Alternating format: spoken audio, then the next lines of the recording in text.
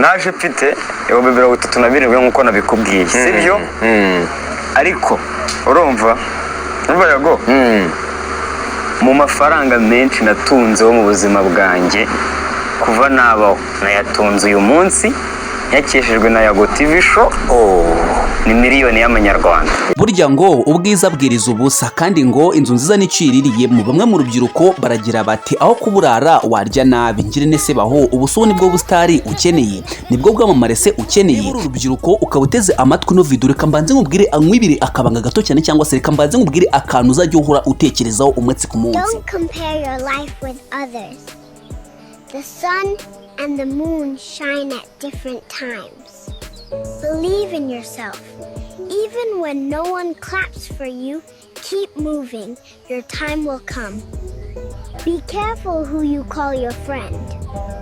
Not everyone who smiles with you wishes you well. Armanzo ririmbye ngo mwana wanjye niwumva isi gukomeye amashyi uzasubize amaso inyuma wibuke byabihe wabayemo nta numwe ukuzi uzasubize amaso inyuma wibuke byabihe wabayemo abantu batarakumenya. Ibi bishatse kuvuga iki cyangwa se ibi bintu bishatse gusigura iki? Bivuze ngo Imana ikugirira neza abantu bagatangira kukwishimira abantu bagatangira gukunda cyangwa se bagatangira kukuyumvamo.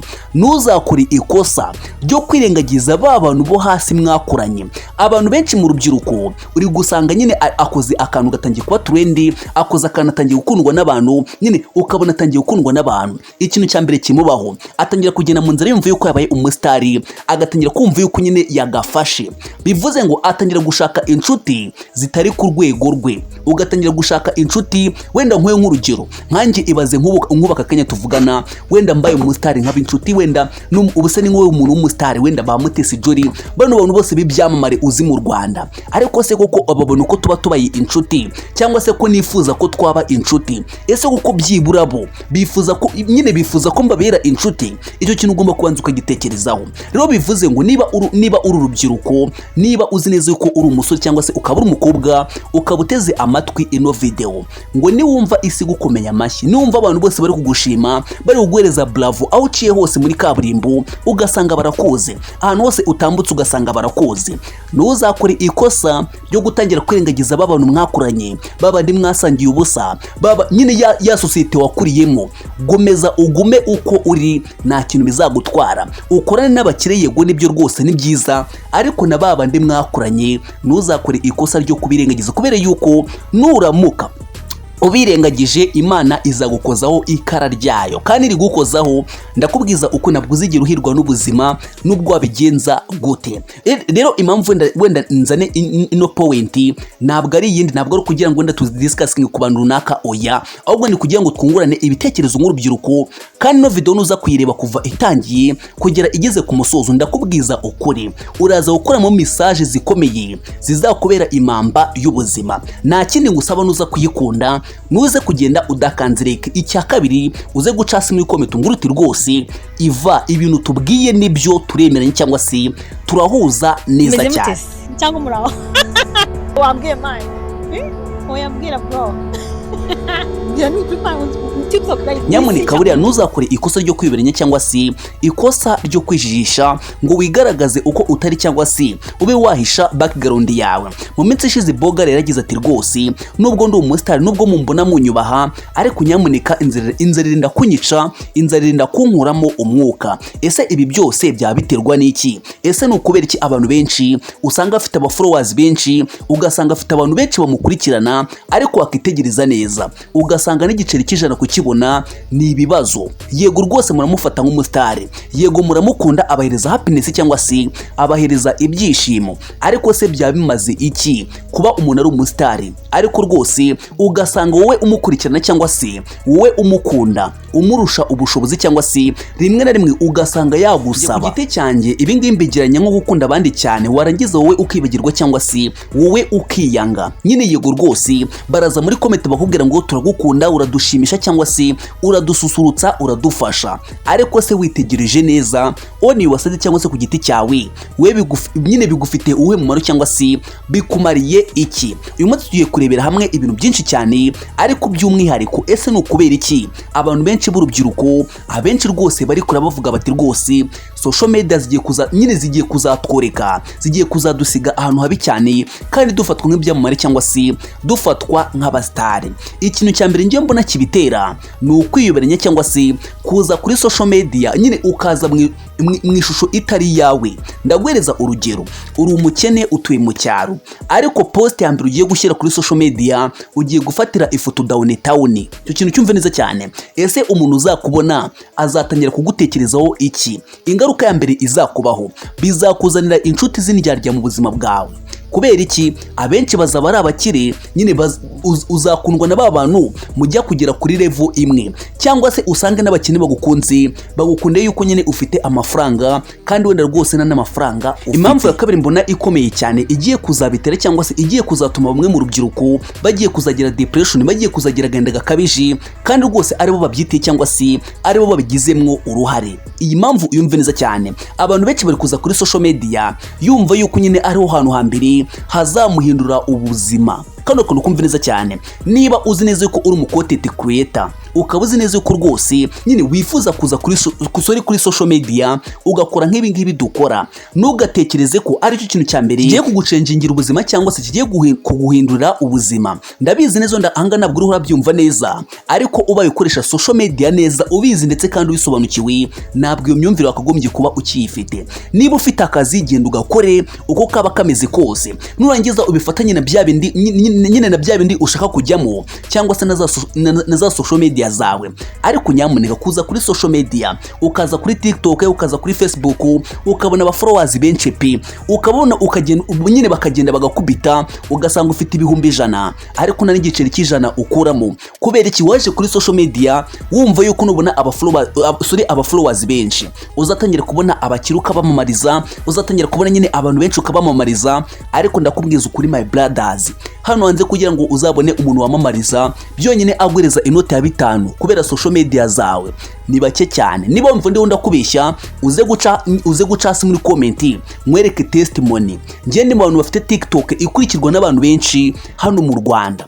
Rwose ubyangu byemere abantu twabatunganya aba followers ni bake cyane, ariko iyo TikTok nta n'igiceri cy'ijana nkuramo. Suko nyine muri makeya wenda nashaka abantu namamariza, narabigerageje pe, ariko sometimes usanga abantu mukoranye abenshi barakugura. Iyindi mpamvu ikomeye cyane isigaye ituma nyine mbona abantu benshi bashaka kuba abastari, ariko ugasanga nyine ntabwo bitaye ku buzima bwabo cyangwa se ntabwo bereje agaciro. Ese ejo nzaba meze gute cyangwa se ejo muri future nifuza kuzaba umuntu meze gute? Ni ugushaka gukira vuba.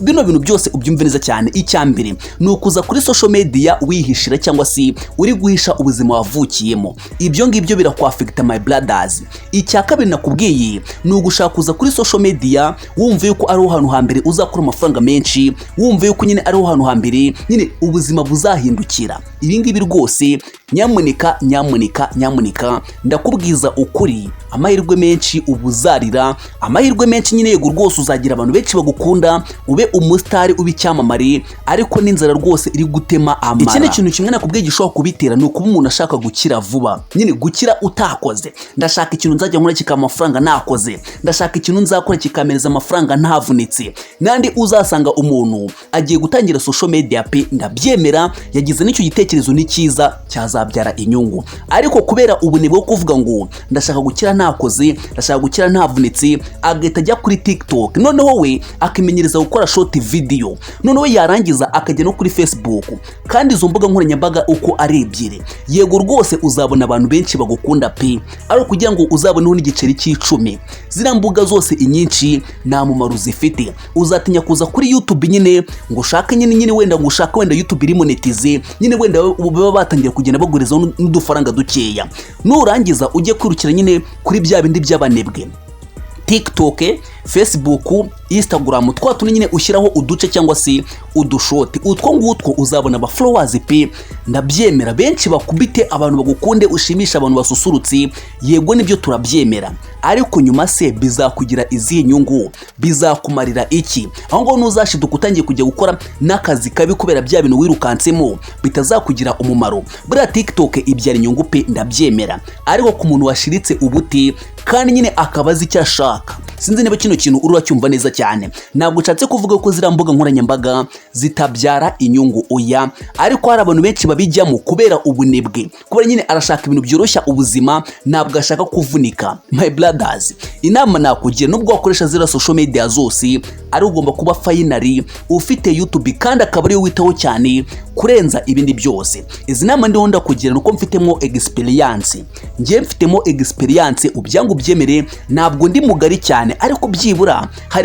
hari skills nyeya nagiye mbonaho, hari ibintu byinshi nagiye ncamo. Ibyo byose ndiho ndakubwira, nanjye narabitangiye, narabikoze, natangiye ku ma TikTok, ku ma Instagram, byose nabikora, nkajye n'abantu benshi, aho ugasanga inzara yenda kumitana, nta n'igiceri cy'ijana, nta n'ikicumi, nta n'ahantu neganya kuzakura igiceri cya 20, kandi ufite abantu bagukunda, ufite abantu bagushyigikiye cyangwa se abantu baguhereza motivation. Nyamuneka muri vizo turimo, ntabwo ukwiye kugena n'ibyishimo by'abandi kandi wibagiwe ibyawe. Banza wiyiteho, banza wikayaringe, nyine uzakayaringe abandi nyuma. Igihe cyose umuntu wese agushakaho ibyishimo ariko nta byishimo uzamukuraho, rwose inama nakugira, irukanke. Wenyine ngire mwese murabizi neza ko mu minsi ishize nibwo mwabonye inkuru nyinshi zagiye zitrendinga, bamwe bagira bati rwose Bogari yagiye kuri Yago TV show ararira, nyine asaba ubufasha, kandi twamufataga nk'umuntu w'umusitari, twamwubahaga, nyine twabonaga ari nk'umukire, ari umwana wo kwa dadi cyangwa se ari umwana w'umubyeyi. Nyamuneka nibyo nahoze mbabwira, rwose hano hanze abajeni benshi, abasirimu benshi, yego rwose pe turababona, arajya gukodesha ibyangwe cyangwa se rimwe na rimwe yanabivaye mu nshuti ziwe, yarangiza akaza kuri social media, akaza nyine rwose akadufatisha, tukamukunda, akadukorera ibintu byiza, ariko no kurya ari ikibazo, no kwambara ari ikibazo. Rwose ngenda nashimira cyane umuntu bitaye gukubera yuko yagize gutya uramupeti amusabira ubufasha, bamukubita 1M cyangwa se 1 miliyoni. Ni amafaranga atari make cyane wanze, kubera yuko ni amafaranga kugira ngo uzabone umuntu wamamariza, nyine agwereze ayo mafaranga biba ari gake cyane, nubwo waba ukurikiranwa n'abantu bangana gute, nubwo waba uri umusitari bengana gute. Rero bivuze ngo nyamuneka nyine ikintu nka kiriya ntabwo wagombye kukireberaho ngo gusa ngo birangire, oya, wagombye gukoramo isomo kandi rikomeye cyane. Ese ni gute umuntu aba ari umusitari tukabona umuntu aracanya bugugu cyangwa se aracana hose bakamukomera amashyi, ariho akarira akavuga ngo no kurya ni ikibazo, no kwiyogoshesha ni ikibazo? Nawe ibyo bintu uzabanze ubitekerezeho, uzambwira niba nawe wifuza ubusitari cyangwa se niba ushaka kuba ubusitari, uzabanze ubisesengure neza, uzahita ukuramwo isomo. Akandi kantu katumye negura ino video uyu munsi ni umusore witwa Paul. Uriya musore witwa Paul kabisa nabonye ari gukora ibintu bimeze fresh cyane, kubera yuko yazanye agakote ko kugaragaza ubuzima abayemo. Nyine yatangiye avuga ngo from zero to hero, ni ukuva kuri zero ujya kuri hero, ariko yarabihindura avuga ngo from hero to zero, nyine ni ugukora nk'isabune. Bivuze ngo bamwe nyine bava kuri zero bajya ku butunzi, ariko yararebye abona yuko nyine yatangire mu cyiciro kitari iki, bimusaba gutaninga baka cyangwa se kugaruka inyuma. Bivuze ngo ari gukora content yo kugaragaza ubuzima bayemo atihishe. Wenda ndabizi neza yuko ushobora kubibona nyine ukumva ko ari ibintu bisanzwe cyangwa se ukumva ko rukwinezeza byaho ngaho, ariko buriya hari amahirwe menshi bizamuzanira mu buzima. Ndagwereza nk'urugero, icyambere abantu batangira kumenya uwo ari we, nyine background yiwe, ubuzima abayemo. Yego ashobora kuba atanaburimo, ariko kuzana content utiyoberanya, abantu benshi barabigukundira, abantu benshi barabigukundira, ubyangu byemereye. Ni nayo content wakora nziza igatuma nyine bikakuzanira ubukire bwihuse kandi buturutse mu bafana.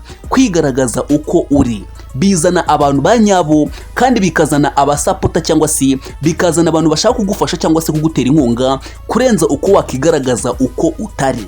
nyamuneka rwose rero Paul ndagushimiye congratulations n'abandi bantu bose bifuza kuba aba content creator babikoze nkawe byaba ari sawa cyane. Ndakubwiza ukuri wenda uze gusura Instagram yiwe urebe nyine abantu benshi b'abastari bari kumukurikirana ba Clapton Kiboke nyine abantu bose b'ibyamamare bari kugenda nyine bagateraho comment. Rero bivuze ngo uyu mupeti bishobora kumuzanira amahirwe mu buzima y'abafasha cyangwa se abantu twita abasapota, ariko nutinya kuzamukira muri content uri kuri ahantu hahenze uri gutembera n'abastari bazwi, bivuze ngo wowe uri kwigira inama kandi uri ikirura. Sinzi niba kino kintu uri cyumva neza, uri kwiyorosa nyine ishusho y'ubukire kandi uri umukene. Rero nyamuneka gendana n'abakire ariko bazi neza ko uri umukene nta kintu bitwaye rwose, kandi abakire bazabigukundira.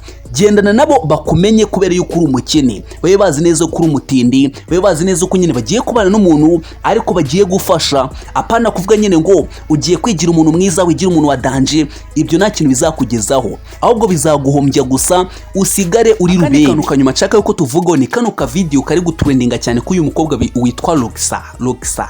Sinzi nje nago muzi sindamubona na rimwe, ariko buriya loxxa nyine ari mu bakobwa nakundaga cyane ku buryo nyine utanabyumva, kuko nyine nabonaga afite esprit mu bintu byo, cyangwa se nabonaga afite mood nziza, nyine nabonaga akunda ibinakora. Ariko mu mitsi yashize hari akantu ugeze nabonaga trendinga bari kuvuga ko nyine ashobora kuba nyine yarigeze kwisanga nyine yakoze mistake ari kunywa ku kantu nagafege nagatabe aho ngaho gutyo. Wenda nabwo ngira ngo wenda tubidiscuss ngo cyane cyangwa se tumutera ibuye oya, ahubwo ndi kugira ngo tubiganireho. Ntabwo mbizi nibo ari byo, ariko reka twimagine ese bibaye ari byo byaba byaratewe n'icyo nyine mu makeya byaba ari ukubera iki. Nibyo natangiye mbabwira mvuga ngo abantu benshi nyine dushaka kuba abastari, kandi ngo urubyiruko rwinshi ruri kugera ruti rwose aho kuburara warya nabi. Yego nyine uri kumva yo kujya gukora akazi nyine wenda gukora muri restaurant serve bakaguhema 5 cyangwa se 3 ari ikibazo. Uri kumva yuko kuba wagura itungo ukaryorora ari ikibazo. Uri kumva yuko kuba wagura ingurube ukayorora cyangwa se kuba wagura inka ukayorora nyine uri kumva yuko ari ikibazo. Ariko buri hari ubushobozi bwinshi tubona, ariko nyine tukaburya igihe gito bukazatwangiza igihe kinini. Cyo kintu cyugomba kukimenya. Hari amafaranga uzafata yego rwose utavunitse, ariko nawe niwitegereza neza imvune ayo mafaranga zaba yaguteye, ibibazo ayo mafaranga zaba yaguteye, uzashiduka nyine ushobora kuzagira mu zabukuru yose ukayivuzamo nugire ngice cy'ijana usigarana. So no mpamvu nabateguriye kano ka video. Ese byabiterwa n'iki kugira ngo just umwana w'umukobwa abe yanywa ku biyobyabwenge? Nge nekereza ko icyambere ni peer pressure, icya kabiri ni kutanyurwa n'ubuzima bayimo, icya gatatu ni ugushaka gukira vuba, icya kane nyine ni ugushaka kugaragara neza kandi mu buryo budakwiye. Nibyo nababwiye, uriya iyo umuntu yatangiye kumva ngo ikintu cyitwa ubustari, akagenda mu nzira kumva ko ari umustar, akagenda ahantu hose akumva ko ari umustar, uko niko gupfa kwa mbere, uko niko kwangirika kwa mbere, kuko atangira kwita ku nshuti z'umumaro, agatangira gushaka inshuti zitari z'umumaro. So icyo kintu ugomba kukimenya.